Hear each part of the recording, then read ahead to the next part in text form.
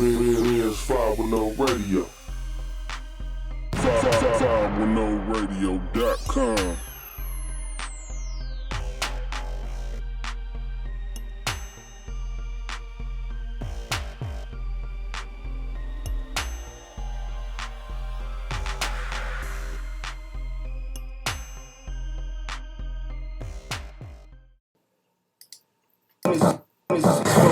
You and your girl, ass up, mouth open. It's about poking. Saturday, flip phone open, fishing for trout and fresh blowfish. Go get your girl in the bottle of Henny. Costumes like it's Halloween. Schoolgirls with pigtails in the thong between. Apple bottom dip from cornbread and collard greens. No proteins, just stripper gear. Shit, Victoria wear. It's a private party affair. The homies is here. Got perp, got E for you. You got a couple more strippers that I need to know to bring them with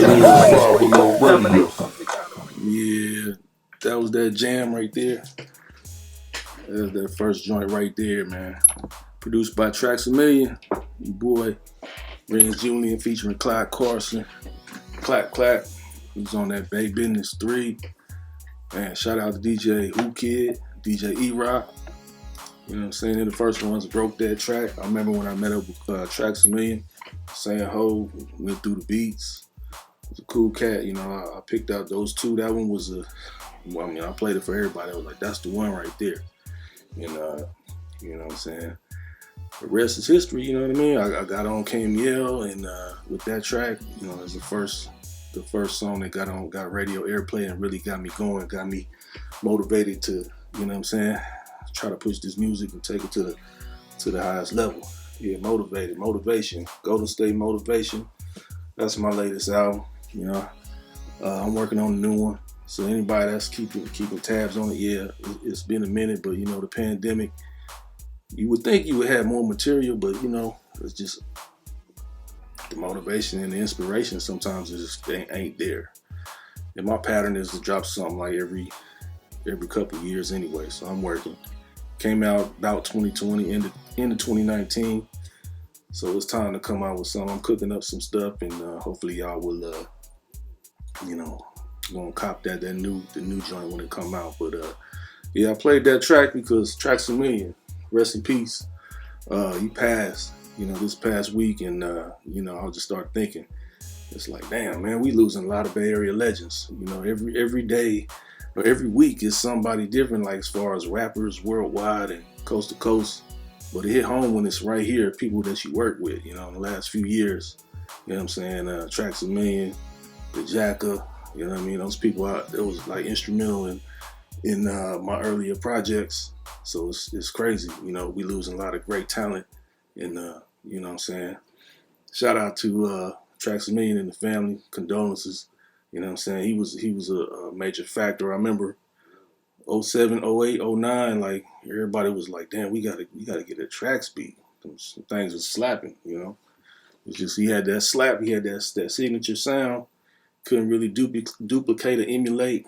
You know, at the time I wasn't making beats, but he kind of inspired me to get back on the beats, and so now I'm of course I'm doing my own beats, and he's one of the inspirations. He's one of the people that like I said, he helped create my first hit that got radio airplay, and I'll never forget about that, man. So R.I.P. Traxamillion, he looking down. You know what I'm saying? The Bay lost a legend.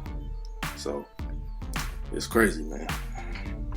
Rest in peace, Traxamillion. All right with me. Hey, man, there's Chinatown. Hey, baby. What's up, Hey, how you do? Remember me? I'd have to lose all the brain cells in my head before I forget something as fine as you. More sad news, man. Legendary Max Julien portrayed Goldie in the movie The Mack, shot in West Oakland. You know, it's one of them flicks that we grew up watching. And, you know, that whole Mack culture, pimp culture is just trying to be cool, trying to grow up and trying to have as many females as possible.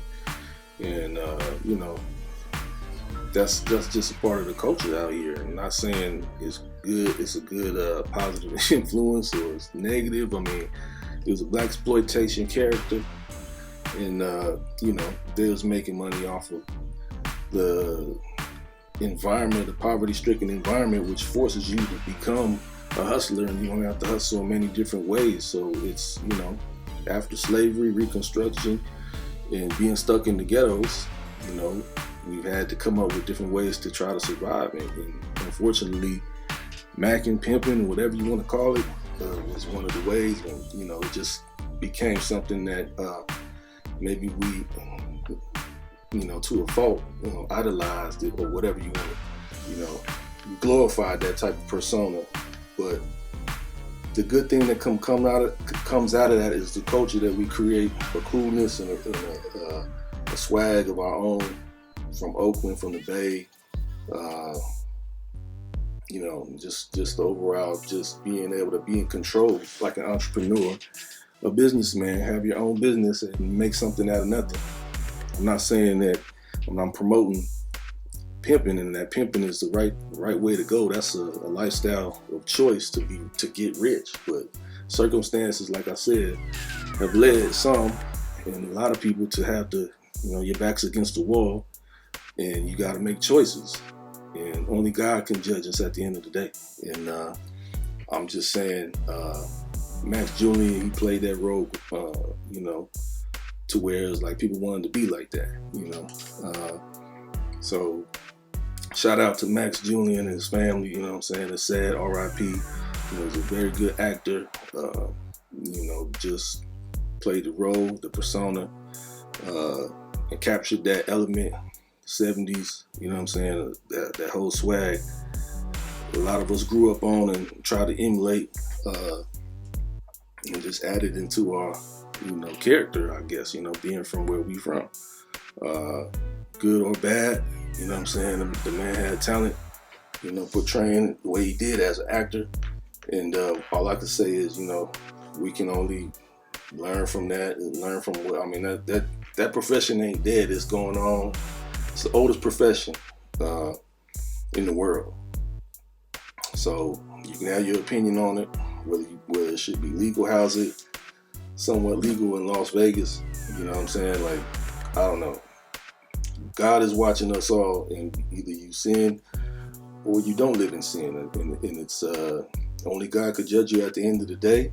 We learn from our mistakes, but you know, growing up, like I said, being the biggest player, having the most females, and having women trying to, you know, basically helping you financially. I mean, that's all I could really say is, you know, that's the only way I could describe it, other than just straight up saying just being a pimp. You know, when I didn't have no one else helping me, when I was out on the streets, you know, I had girlfriends, and girlfriends would help get the money, and that's, I don't feel like now that I got daughters, I'm not proud of well, I don't defend that practice as a way to go, but I understand. And you know, because I came up in that environment, idolizing and kind of like, you know, taking that role as one of my ways to survive. So Max Julien portrayed that to the T. Goldie, rest in peace. You know, we'll keep, you know, I'll go back and watch that movie every now and then. I'm grown now. I'm an adult. I got daughters. I don't promote negativity. I don't want them to be anywhere near anything like that where they objectify themselves or, you know, ever fall into those traps, you know. Human trafficking is real, and all that stuff. It's not cool. It's not something that I'm going to stand by and promote and say it's you know, the way to go. It's another hustle to make bread. It's not, you know. I'm saying, use your mind. We got to move on from the past and, you know, think about your moms, think about your daughters, think about your sisters. You know what I'm saying? And I don't want to be a hypocrite, but we grow and we elevate as we mature and get older. And you got to figure out life, man. You're taking penitentiary chances, and you basically destroying our women, black women, That's just there's nothing positive that's gonna come out of that towards for the future, because our youth are gonna continue to see us as role models. So we got to figure out how to reverse it and stop that cycle of negativity that's in the hood. So all I'm saying is R.I.P. Max Julien. This is coming from Renz Julien, who was really influenced by the Mack pimping culture. But we growing, we developing, we getting better with time. And all I can say is, it's 2022. Let's figure out how to advance and move forward, in a positive way, and not destroy our women, not destroy our black queens. Period. Let's lift them up. Pimping ain't dead, but we still we trying to move forward and show love to the sisters, because like I said, I got daughters. R.I.P. Max Julien. Legendary classic, the Mack, is always gonna stay on replay. So yeah, give it up to the Mack. So San Francisco 49ers, game week. We in the playoffs, back again against the weak ass motherfucking Cowboys. I'm so tired of the damn Dallas, man. Every time you put on ESPN or FS1, they start off talking about Dak Prescott. Like, you understand that? And then even when they talk about the game coming up between the Niners and the Cowboys, they focus on Dak Prescott. And they don't even say not a word about our squad until the very end. They spend like 95% of the topic talking about Dak Prescott. I don't understand that bullshit. And I'm tired of it. You know what I'm saying? Like, I don't care. They America's team. Who crowned them America's team? That's nah. You can't just call yourself America's team. I mean, I think the 49ers might be America's team. You look in LA, Capital Entertainment, you know what I'm saying? Down there last week, you see we got damn near the whole stadium filled up in red. Like we was the home team. You know what I'm saying? And that's supposed to be one of our rivals too. I think we can do damn near the same thing in Dallas this week. It's that 49er faithful, red and gold. You know what I mean? We sweeping the nation. We gonna do our thing, man. It's been too long. Dallas ain't been to the Super Bowl since what, 95, 96, since against Pittsburgh. We had that rivalry back like 92, 93, 94. I think we met in the NFC Championship. We had Dion, and we got to the chip and got we got the ring. That was the last time we got the ring, but we've been back to the Super Bowl 2 times since then. Where Dallas been? They ain't even, you know what I'm saying? Like, they're living in the 70s, man. That shit over with.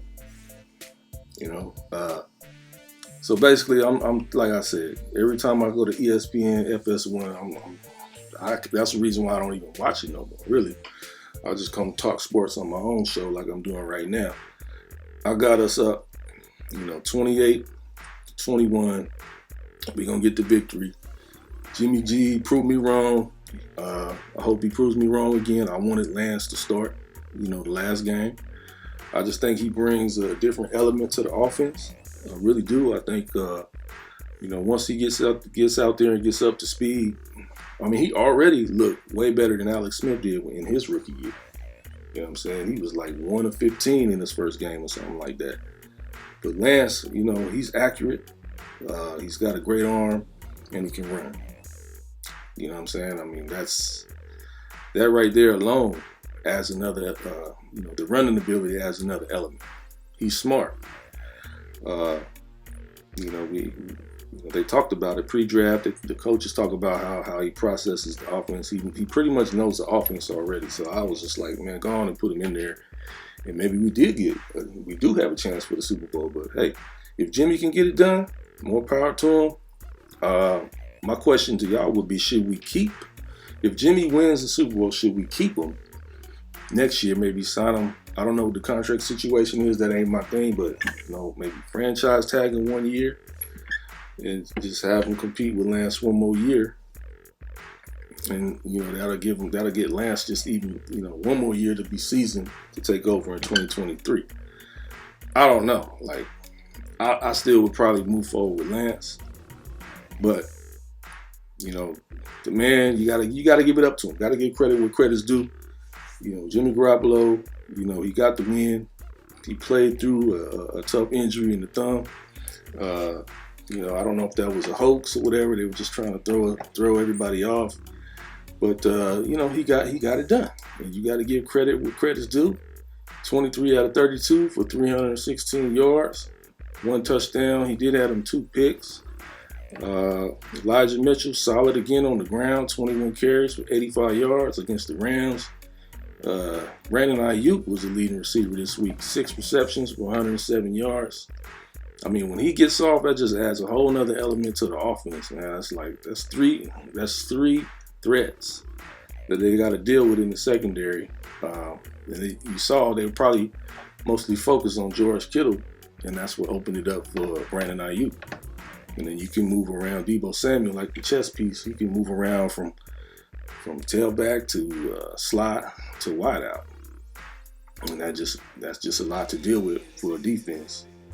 And next year, if they keep Mostert, it's going to be even more weapons. You know, that'd be crazy because his speed, he was probably the fastest player on the team, and he was a game breaker as well. So the future's looking bright.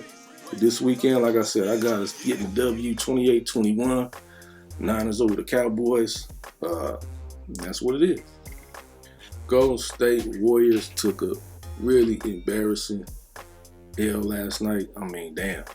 It's 118-99, but it was actually a lot worse than that, man. Like, I don't know. I mean, looking like that against the team that won the chip, the Bucks, last night, it's like, are we really who we think we are? I know Draymond wasn't playing, but that's just one person. We're supposed to be the deepest team in the league. So, I don't know. It was really disturbing. It was really embarrassing. I was yelling at the TV. I don't know. I mean, I really don't. If we're gonna be like that, nah, that's not a championship team.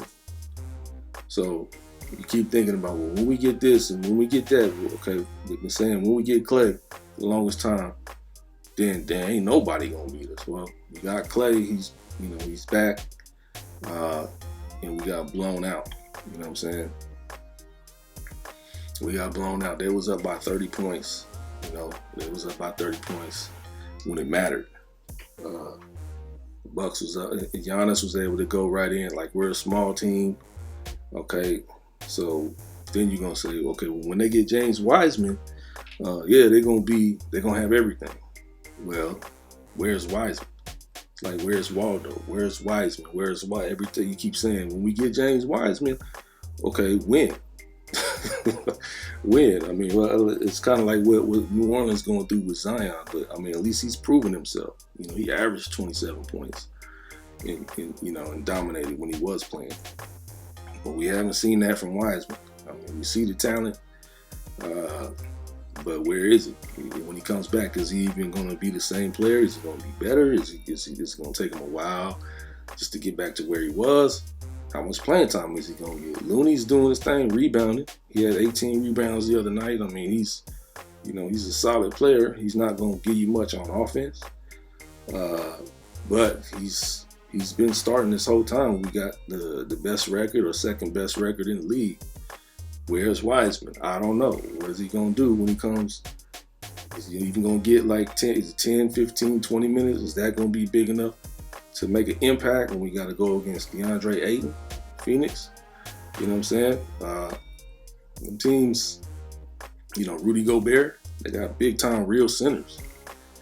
So, I don't know. Should we make a deal? Should we package Wiseman and Moody and Kuminga for a big? I don't know. I really wouldn't want to, because I think we're loaded and set for the future. But the way it's looking right now, if we're going to be getting killed on the boards and getting killed inside, how are we going to win this year? You know what I'm saying? I don't know. It's a puzzle. The front office, y'all trust they'll get it done for the Warriors? Front office for the Golden State Warriors, they've been doing a good job. They got all this talent together, but when Steph is in a slump like he's been, other guys got to step up, and they haven't been lately. Jordan Poole, he's been shooting bricks, man. Same with Bielitsa, Porter Jr. You know what I'm saying? They're just not making shots at as high a percentage as they were earlier in the year. And the other team, they're just making their shots. They're making their threes. Milwaukee Bucks was just on fire last night. So I know it's one game.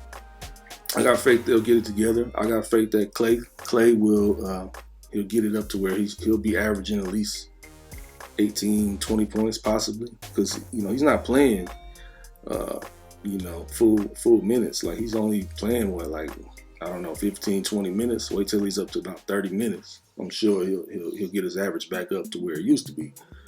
But what we're gonna do about the defense, that just shows how important Draymond is.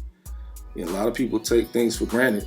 Take people for granted when they ain't around, or when you have him, when he's there in place all that whole time. You don't realize how important he is until he's gone. And that's what everybody is starting to see, starting to realize. Without Draymond, we ain't the same team. So get well, Draymond, get back so we get the squad, you know what I'm saying, get the squad together and make this run.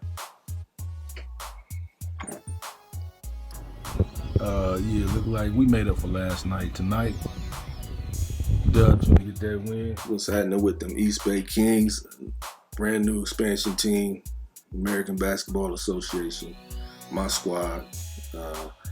Man, things is crazy with this new Omicron COVID-19 variant. It's got things up in the air as far as we just had an outbreak. 3 players and a member of the staff, came down with that virus. So everybody's on quarantine right now. We got the second half of the season about to kick off, but you gotta be clean. You gotta come clean and not be contaminated and risk jeopardizing all the players on the court and the fans in the stands. So we going through the protocol right now, trying to get that cleared up and get back to work. But this whole world is going through that, and it's like it's happening all over again. It's real depressing. My daughter, had 2 classmates come down with it, so she's at home. I've been lucky to stay. I be masked up everywhere I go. I'm good. I got vaccinated, even though I didn't want to. And I don't really need to take nothing. I don't like taking extra stuff or anything, even like aspirin or anything like that, because I'm good without it. I've been lucky and blessed.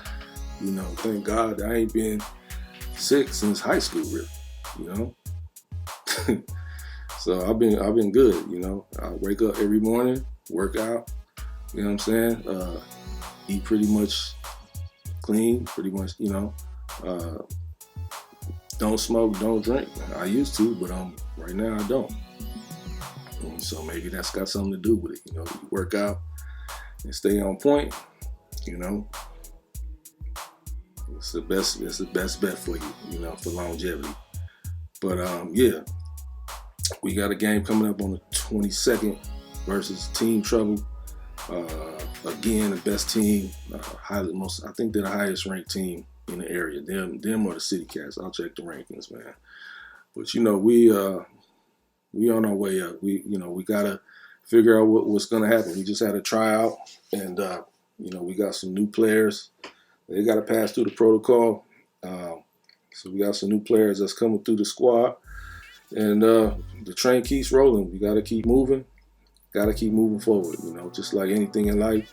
You got to show that hunger, that drive to succeed every single day, no matter what the circumstances is. Even if you're working out on your own, in the gym by yourself, whatever it is, whatever the scenario is, you gotta get up and you gotta get the work done without someone telling you to do it, because it's gonna show next game. It's gonna show.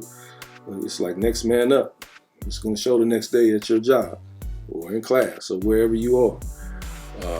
If you've been putting in the work, then it's going to show when the test comes.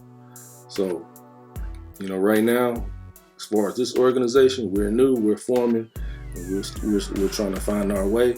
and it's even harder with this COVID-19. You know, I like, you know, like I said, we just had a tryout. You know, I'm looking for people that are leaders, not followers, people that want to be team leaders, team captains, type to get motivated, get your squad up, go run 10 miles, go lift, you know, go lift a lot of weights like I do. Go get out there and shoot 100 shots, 200 shots. You know what I'm saying? Go run sprints. You know, do what Jerry Rice did, do what Michael Jordan used to do what Steph is doing now. You know what I'm saying? Go Google what his schedule is. But don't make excuses. You know what I'm saying? Don't complain. Don't think the grass is greener on the other side. Don't think, oh, we don't have this and we don't have that. Yeah, that's life, you know. It is what it is. You got to make the most out of what you have. You know, because for most, I'll just say a lot of cats, you know, they get an opportunity and you look at their resume, they didn't even have anything to back up the fact that they deserve this opportunity. So, and that's people giving you a chance, someone extending an opportunity, you know what I'm saying? You got to look at it as, you know, this is a blessing. And this is something that God put me in a position to do. I ain't going to screw it up. You know what I'm saying? I'm going to make the most of this opportunity. Them the kind of people I want on this squad, and we're going to continue to build it. A lot of good things going to happen in the future. I won't even let the cat out the bag with yet, but we here. You know what I'm saying? We here right now, so let's make the most out of this opportunity. East Bay Kings is a non-profit organization giving opportunities to up-and-coming pro athletes and entertainers. So we have a venue, and we're going to give opportunity to people that want to come perform as well. And we got actually a big performance coming up at the game on the 22nd. Katie Costa, she's a local R&B singer, and she's also had her music featured on VH.11 Hip Hop, and that's big time because I don't know anybody else around here that did that. You know what I'm saying? That's big. So y'all come out, check her out, follow her at Katie Costa Music, and yeah, come out to the game. And we got you know, another home game, January 22nd, game night, 7 p.m. Tickets on sale at eastbaykings.com.